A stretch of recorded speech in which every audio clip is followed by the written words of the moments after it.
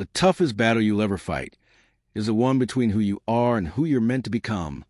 Not your boss, not your critics, not the economy. You versus you. That voice in your head. Yeah, that one. It either builds you or breaks you. And by the end of this message, that voice is going to answer to you. You know it's hard to admit that the greatest enemy you'll ever face is in the mirror. That the real thief of your dreams doesn't live outside of you. It lives inside. The part of you that hesitates when it should act, that complains when it should work, that hides when it should speak. And until you confront that part of yourself, no strategy, no goal, no breakthrough will last. Because even the best plan can't save a person committed to self-sabotage. I once met a man who blamed everyone for everything. His job didn't pay enough. His boss didn't understand him. The economy was unfair. His childhood was hard. You name it, he had a reason. But one day, he hit rock bottom, lost his job, lost his home, lost his health. And he told me, "Jim, I just have the worst luck." I said, "No, sir, you've made the worst choices." That stung. But it was the first time he stopped pointing the finger and started looking inward. That moment saved his life. Here's the truth. You're not stuck because of your circumstances. You're stuck because of your decisions, your patterns, your beliefs, your unwillingness to change. And the hardest part? It's easier to blame others than to take ownership. But the second you stop blaming is the second you start building. You can't fix what you won't face. And if you keep waiting for life to change while you stay the same, you're in for a long wait. Let me put it plainly. You are the problem, but you are also the solution. Psychologists call it internal locus of control. It's a belief that your life is shaped by your own actions, not by fate. The most successful people, those who rise from nothing, almost always have it. Because when they fall, they don't look for someone to catch them. They look for how to rise on their own. There's something powerful about realizing, I am the one who's been in my way. It's painful but freeing. Because if you cause a mess, then you can clean it up. If you delayed your progress, then you can accelerate it. If you played small, then you can choose to play big. I don't care how broken things look. I don't care what you've done or failed to do. There's a version of you buried under guilt, fear, and excuses, just waiting for you to take responsibility. That version of you, it's focused, it's relentless, it's disciplined, but you'll never meet them until you admit you're the one who's been standing in the way. So today, say this. No more blaming. No more waiting. From this moment forward, I take control. Because the greatest transformation doesn't happen when the world changes. It happens the day you realize you're the one who must. And when that day comes, everything changes. There's one place you can't hide from the truth. The mirror. You can fool your friends. You can impress strangers. You can dress it up for social media. But when it's just you, in that quiet moment, standing in front of the mirror, it tells the truth. Not the polished version of your life. The real one. The mirror doesn't care about your image. It reveals your reality. A young man came to me once, full of frustration. He said, "Jim, I feel stuck. I've tried everything." I asked him, "When's the last time you looked in the mirror and said, 'This is on me'?" He paused. He hadn't, because it's easier to point fingers than to look inward. But until you take inventory of who you are, not who you pretend to be, you'll stay trapped in a cycle of excuses. That reflection doesn't lie. It knows the workouts you skipped, the commitments you broke, the dreams you shelved. But here's the good news. It also knows the fighter in you, the potential, the resilience. It sees both who you've been and who you could become. Psychologically, this is called self-confrontation.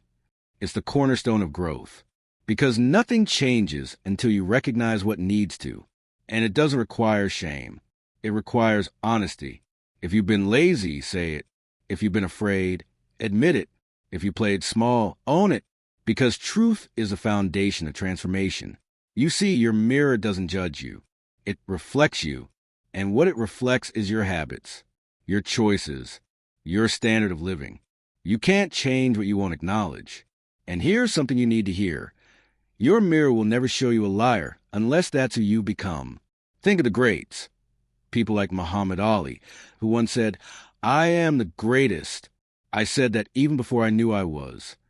Every time he looked in the mirror, he didn't see the current version of himself. He saw what he could become. That's the difference between self-deception and self-belief. One avoids the truth. The other transforms it. Let's bring it home. Every night before bed, look in the mirror and ask one question. Did I beat the man I was yesterday? Not your neighbor. Not your competition. You. If the answer is yes, celebrate. If it's no, commit to tomorrow. That daily reflection becomes your scoreboard. You don't need to be perfect. You just need to be real. Because when you stop hiding from the mirror, you start owning your life. The man or woman you're becoming is counting on you to stop looking away. So next time you stand in front of that mirror, don't ask, "Do I look okay?" Ask, "Am I proud of who I'm becoming?" That question changes lives. Because the mirror, it never lies, but it will always wait for the truth. Comfort. It feels good, doesn't it? Warm, familiar, safe. But here's the trap. What feels good in the short term often robs you in the long run. Because comfort never demands more of you. It never calls you to grow. It just keeps you where you are, soft, stagnant, and sedated. And if you stay there long enough, you start to believe that average is acceptable. I once knew a man who had talent in his bones. Brilliant mind, sharp instincts. But he got a good job. It paid well, easy hours, no pressure. And so he stayed. For 5 years, then 10. One day he said to me, "Jim, I don't feel alive anymore." I said, "Of course not. You traded challenge for comfort. And when there's no struggle, there's no strength. That's the problem. Comfort doesn't push you. It preserves you. It tricks you into thinking survival is enough. Here's the deeper truth. Human beings are wired to seek safety. It's biological. Your brain loves a familiar because it can predict it. No surprises. No pain. But growth doesn't live in the familiar. It lives in the unknown. And the unknown is uncomfortable. That's why most people never cross that threshold. They stay in the job they hate, the relationship that's easy, the body they've neglected, because change hurts, but so does regret. You have to understand, comfort is not your friend. It's the silent killer of ambition. The moment you settle is the moment your dreams start to die. Think about it. When have you ever grown during the easy times? When did you find clarity, strength, or resilience while things were cozy? You didn't. It was the pain, the pressure, the chaos. That's where champions are built. Every great story has a breaking point. The moment the hero is tested, and they either rise or retreat. What separates winners from quitters? One thing, the willingness to stay in the fire just a little longer, to sit in the discomfort, and choose discipline over ease. Winners don't avoid the pain. They assign it purpose. Take David Goggins, a man who transformed from 300 pounds in depression into one of the toughest endurance athletes on the planet. You know what his breakthrough was? He stopped avoiding pain. He leaned into it. He made discomfort his teacher, his training ground, his fuel, and the man became unstoppable. So ask yourself, where have I gotten too comfortable? Is it your routine, your goals, your mindset? Because if nothing is challenging you, nothing is changing you. Growth doesn't live in the hammock. It lives in the hustle. You want a better life? Then you got to get uncomfortable. Every single day. Because your comfort zone isn't where your greatness lives. It's where your dreams go to sleep. So step out. Stay sharp. Stay hungry. Because comfort is the real enemy. Excuses don't shout. They whisper. And that's what makes them dangerous. They sound logical, reasonable, harmless. I'll start tomorrow. I'm too tired. This isn't the right time. You've said them. So have I. And each time we do, it feels like a small thing. But over time, those small things become the chains that hold our life back. You see, your excuses are seductive. They dress up as protection. They tell you they're keeping you safe. But really, they're keeping you stuck. They're comfort in disguise. And they're always there, especially when it's time to do something difficult. That's when they creep in. You've done enough today. Just this once won't hurt. But what they're really doing is convincing you to choose your feelings over your future. I once worked with a young man, sharp, driven, ambitious, but he couldn't follow through. Every time it got hard, he had a new story. His past, his schedule, his boss. And one day I said, "You've built a palace of excuses, and now you're living in it." He went quiet. He'd never thought of it that way. But that was the turning point. The day he realized, excuses don't protect your potential, they bury it. Psychologists call it self-justification bias. It's our mind's way of making failure feel okay. When we don't want to feel guilt, we look for reasons to blame something other than ourselves. It helps us sleep better. But it also stops us from changing. Because you can't fix what you keep excusing. And you can't grow while you're justifying your limits. Now hear me on this. I'm not saying your excuses aren't real. Maybe you are tired. Maybe life has been hard. But that doesn't make the excuse useful. It makes it understandable. And there's a difference. Because here's the truth. Your life doesn't respond to reasons. It responds to results. Think of someone like Nick Vujicic, boy with no arms, no legs, and no easy path in life. If anyone had a legitimate excuse to give up, it was him. But he didn't. He faced every limitation with ownership, not blame, not self-pity.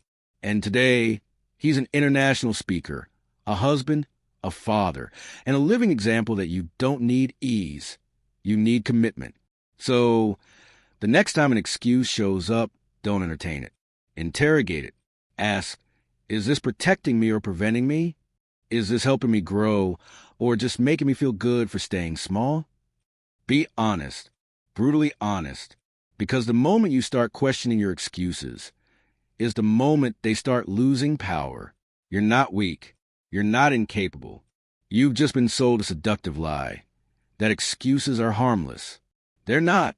They are the enemy in disguise. And if you let them, they will steal your goals, your growth, and your greatness. So kill the excuse and take back your life. Discipline isn't punishment. It's not restriction.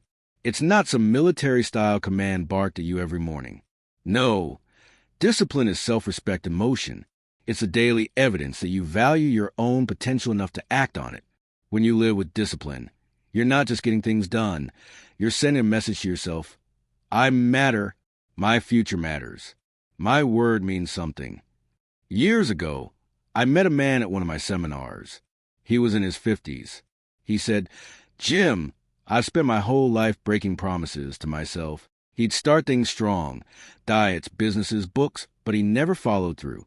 And over time, every broken promise didn't just weaken his results. It weakened his identity. I told him, that's the real damage. It's not just that you didn't do the thing. It's that every time you quit on yourself, you trusted yourself a little less. Because that's what lack of discipline does.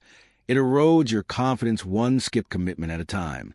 Psychologically, discipline builds self-efficacy, your belief that you can produce a result. And that belief, it's everything. Because when you trust yourself, you don't hesitate. You don't procrastinate. You move. Discipline isn't just about structure. It's about strength, emotional strength, mental strength. And the more you practice it, the more resilient you become.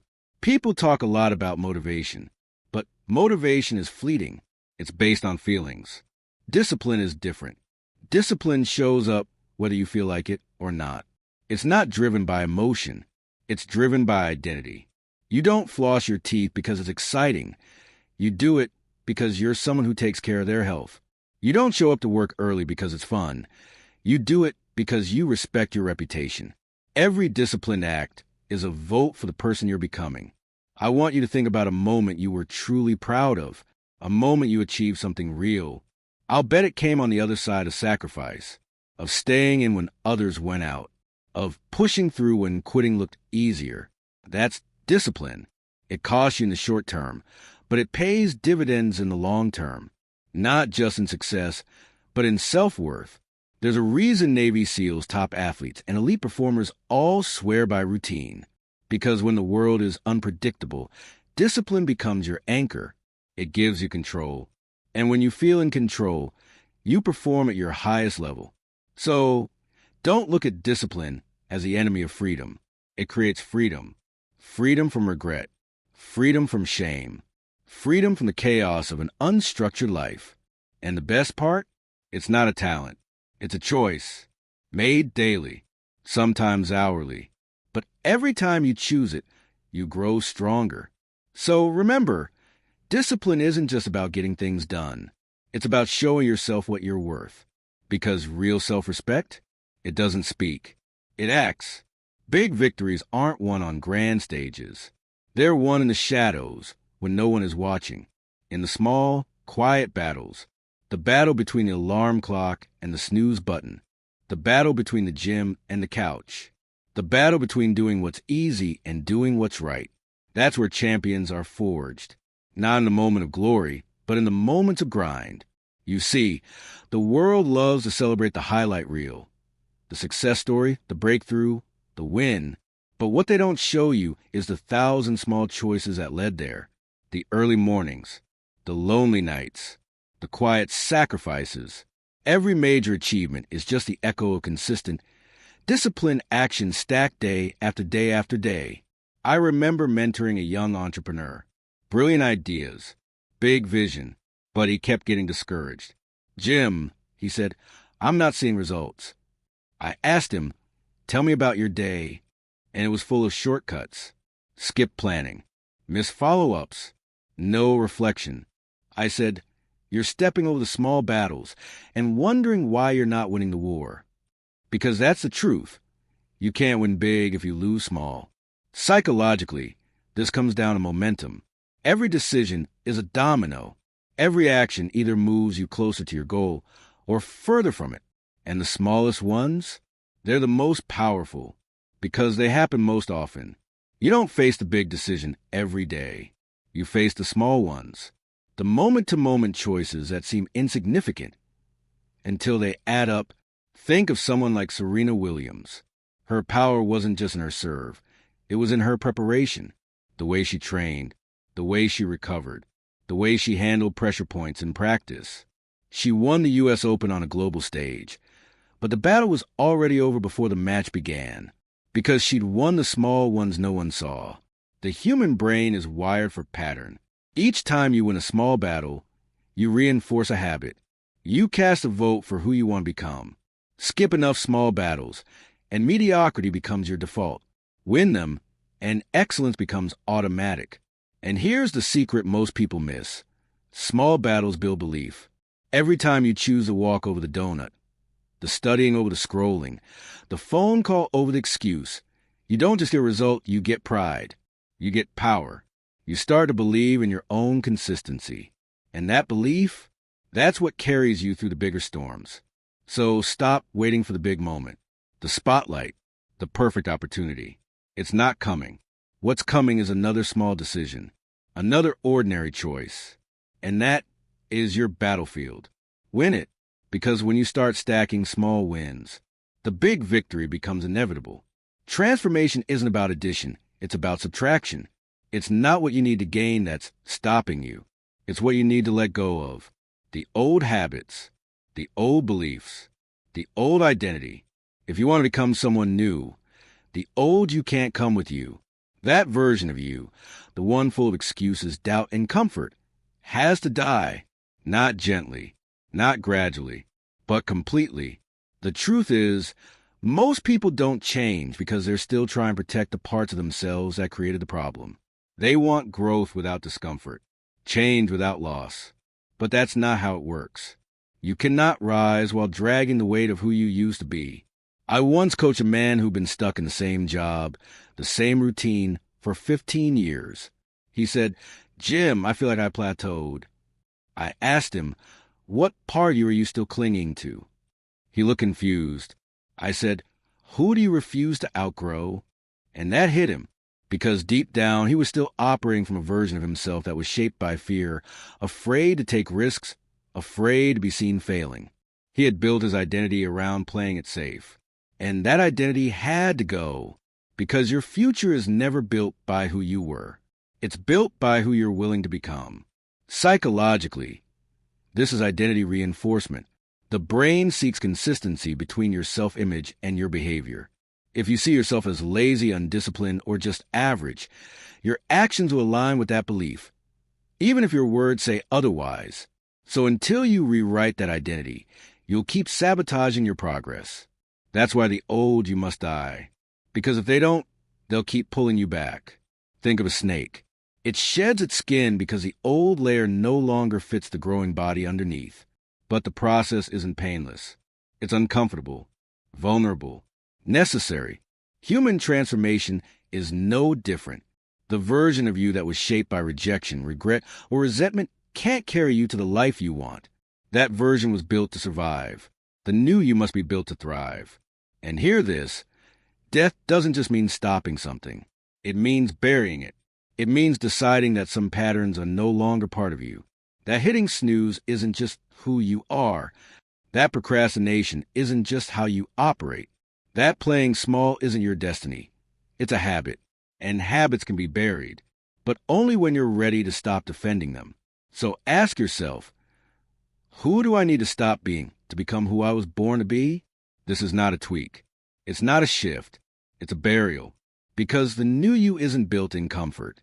It rises from the ashes of the old one. Let the old version go, so the real you can rise. We live in a world obsessed with external mastery. Master your career, your finances, your social media strategy.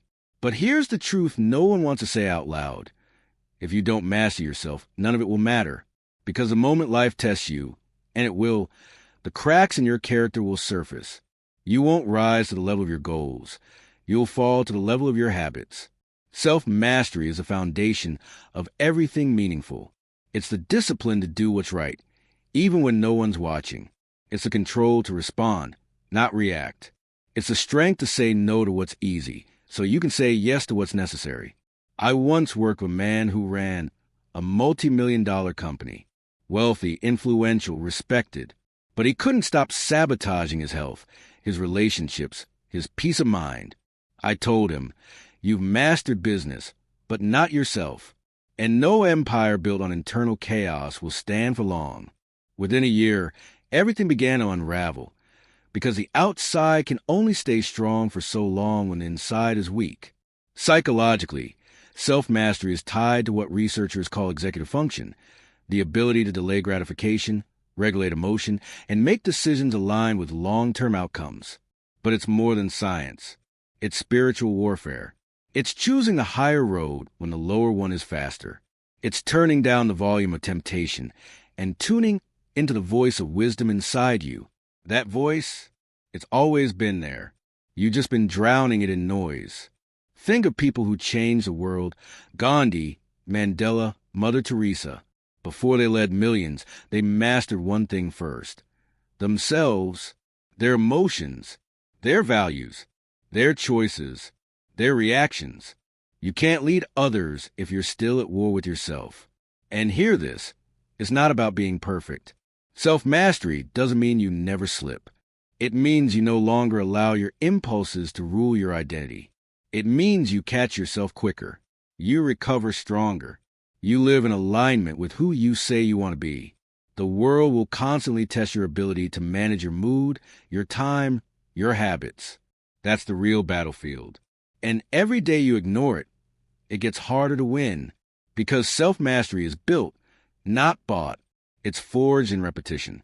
It's earned in the dark. Every time you wake up early, resist the urge. Finish what you started. That's a brick laid in the fortress of self-control. So I'll leave you with this. You can master the market, the strategy, the brand, but if you can't master your mind, your emotions, your choices, you're still a servant, a prisoner in your own skin.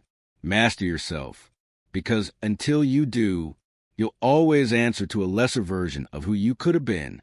Your mind is either your weapon or your prison.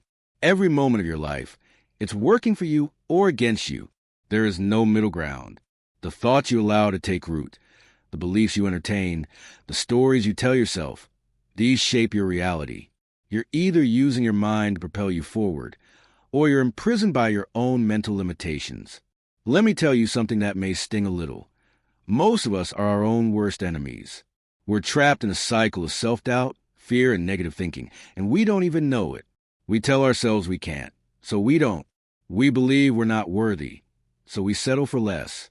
We convince ourselves we're stuck and wonder why nothing changes. I once worked with a man who had everything going for him: intelligence, opportunity, drive. Yet, he couldn't break past the invisible barrier he placed around himself. He had a good job, a loving family, but something wasn't right. He felt like he was always fighting against something. But what? Jim, it's like I'm stuck in my own head, he said. And that was the breakthrough. His mind was his prison. His potential was held captive by his own limiting beliefs. Psychologically, this is a concept of self-sabotage, when you unconsciously act in ways that prevent your success. Your mind, shaped by fear, insecurity, and past failures, convinces you that you're incapable, unworthy, or not good enough to reach your goals. And that belief creates a self-fulfilling prophecy. It's like an internal battle where your own thoughts become the enemy. But what if you could shift that? What if you could reprogram your mind to become your most powerful ally? Take a moment and think about the most successful people you know, or the most successful figures in history. What do they have in common? Sure, they all had talent, but more importantly, they had the ability to control their thoughts. They chose to believe in themselves when others didn't. They saw failure as a lesson, not a defeat. They knew their mind was a weapon, so they used it to their advantage. One of the greatest examples of this is Thomas Edison. When he was working on inventing the light bulb, he faced countless failures. People ridiculed him. They called him crazy. But Edison didn't listen to the negativity. He used his mind as a weapon, constantly reworking his ideas and staying focused on the outcome. He didn't let his failures define him. Instead, he used them to fuel his next step forward. You have that same power, but it's up to you. Your mind can either keep you in chains, or it can be your greatest ally. The key is in how you choose to use it. Will you let fear, doubt, and negativity be the loudest voice in your head? Or will you choose to believe in your potential, reframe your thoughts, and break free from your limitations? Your mind is either your weapon or your prison. And the choice, my friend, is always yours. The future you is already watching. I don't mean that metaphorically. I mean, the person you're becoming, the version of yourself that you're working toward, is already observing your decisions today. Every choice you make, every action you take or fail to take, is being recorded by the future you. And here's the catch. They're either applauding your efforts or they're disappointed by your inaction. Think about it. Every day, you're either setting the foundation for the life you want or you're undermining it. The future you knows whether you're taking the steps required to succeed. They know if you're walking toward the goal or if you're wandering off course, wasting precious time. And deep down, you know it too, because while your present self might be distracted, lazy, or discouraged, the future you is rooted in a different reality. They are the person who has already done the work. They've already gone through the struggle, the discipline, the sacrifice. I once met a man who was in his 50s, deeply frustrated with his life. He felt like he hadn't accomplished anything significant. I've worked my entire life, he told me, and I'm still nowhere near where I want to be. And I said to him, you're not living for today. You're living for tomorrow. The question is, what is the future you thinking right now? His eyes widened. I told him, your future self is watching you today. They are either grateful for your actions or they're filled with regret because of the choices you make right now. Psychologically, we know that humans are driven by both short-term desires and long-term goals. The problem arises when the present self prioritizes immediate gratification over long-term fulfillment. And that's where we get stuck. We choose the comfort today over the growth of tomorrow. We think that putting in the effort, staying disciplined, and taking hard actions are too painful right now. But the truth is, the pain of growth is nothing compared to regret of wasted time. Here's the kicker. The future you doesn't care about your excuses. They don't care about the reasons you didn't take action. They're not asking if the timing was perfect or if the environment was right. They are the product of your choices today. They are waiting on the other side of your efforts, your setbacks, your victories. And they're either celebrating or suffering for what you choose to do, or don't do, right now. So let me ask you this. When you look back from your future, what will you be proud of? What will your future self wish they had done today? Will they see a person who made the tough choices, who invested in their growth? Or will they see someone who spent too many days wishing, waiting, and procrastinating? The future you is already watching, and their fate depends on the decisions you make today. Don't disappoint them. Don't waste their time. Step up.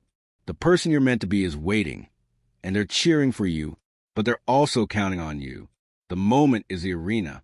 Everything you've worked for, every lesson you've learned, every battle you fought, it all comes down to the decisions you make in the present. The only time that matters, the only real stage where you can prove your character, your grit, and your worth is right here, right now. The moment is the arena, not tomorrow, not yesterday, but right now. It's easy to think that life's most important battles will be fought in the future, that one day you'll face some defining moment where you'll finally have a chance to prove yourself. But the truth is, every moment is the arena. Every choice is an opportunity to show what you're made of. You might not always see it, but the way you respond to the small challenges today is what shapes your future victories. Let me give you an example. I worked with a man once who was constantly talking about the big break he was waiting for. When I get the promotion, he said, then I'll start taking my work seriously. When I finally land that deal, I'll start focusing on my health. But I stopped him and said, you've missed it. Your big break isn't coming. This moment, right here, is your arena. How you respond to the situation is what determines whether you'll ever have the chance to live out those dreams. He didn't get it at first, but over time, he began to understand the little moments, the way you handle setbacks, small victories, even the mundane, those are the moments that define you. Psychologically, we're wired to think that the big wins will come through dramatic moments. But the science shows us that lasting success comes from how we approach the seemingly insignificant events in life. Those moments shape the brain's neural pathways, influencing how we react to bigger challenges. So, when you decide to skip that workout, blow off that meeting, or take the easy route, you're not just giving in to a temporary impulse. You're reinforcing a pattern that will hold you back when the true test comes. Take Michael Jordan, for instance. Many think of him as the greatest basketball player of all time, but his greatness didn't come from a single game-winning shot. It came from his relentless dedication to the process. He didn't wait for the championship game to show up. He showed up every day, in every practice, in every moment. The arena wasn't just a game. It was his daily effort, his consistency, his discipline. The moment is the arena because it's where you either rise or fall. It's where you get the chance to practice courage, discipline, focus, and resilience. The choices you make today aren't just about today. They're setting the stage for tomorrow. I want you to understand something vital. The small stuff matters. How you show up to your job, how you treat your body, how you respond to setbacks. These are the real arenas. The more you show up in the small moments, the more you show up in the big ones. It's all connected. It's all part of your training ground. So, the next time you think about waiting for the right moment, remember, this is the moment. The arena is now. This is where your destiny is being shaped, one decision at a time.